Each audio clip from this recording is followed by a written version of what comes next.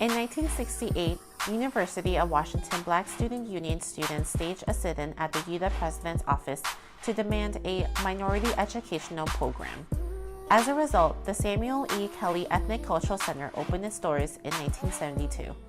The mission of the center is to provide an inclusive space that fosters academic success by engaging diverse populations and providing opportunities for co-curricular and holistic development. Many students call it their home away from home. In an interview with the Associate Director of the UW ECC, Magdalena Fonseca described how this year's budget cut impacted their programming. We unfortunately did not receive the funding that we requested. If anything, we were given a cut from the previous year's funding, which was $993,000. So one of the things that that I ended up doing and making the decision for this coming year to make sure that we had enough staffing to do the work that we provide for the entire year is we did end up having to cut one program, which is the first year retreat. That first year retreat usually on an annual basis costs us about $25,000. So that is the first thing that we decided, okay, we cannot pursue this program, and we had a really great partnership established with the Office of Minority Affairs CAMP, College Assistance Migrant Program, and the TRIO SSS in EOP Scholars, but we were not able to pursue that this year because it was way too much money.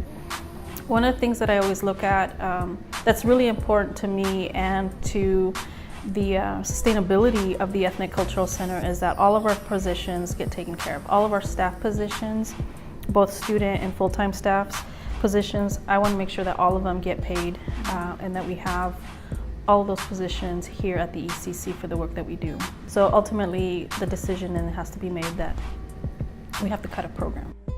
The ECC is in a unique position to innovate ways to sell services to campus community and external partnerships to make up for the loss of funding for staff.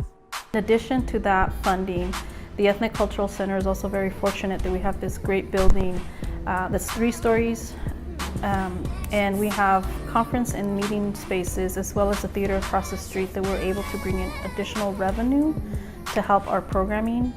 And so we're able to bring in revenue in that way to help supplement any programming or staffing positions where we have a loss on any given year. Half of the staff are in operations and facility management, where they focus on center and theater reservations. The staff consistently bring large clientele throughout the year. Even with these budget cuts, Magdalena highlighted the heart and soul of the Ethnic Cultural Center, the staff. They are resilient and provide creative solutions, reflective of the communities they come from. Overall, the ECC was able to keep 98% of their programming, minimizing the impact of the budget cut, so day-to-day support for students remained the same.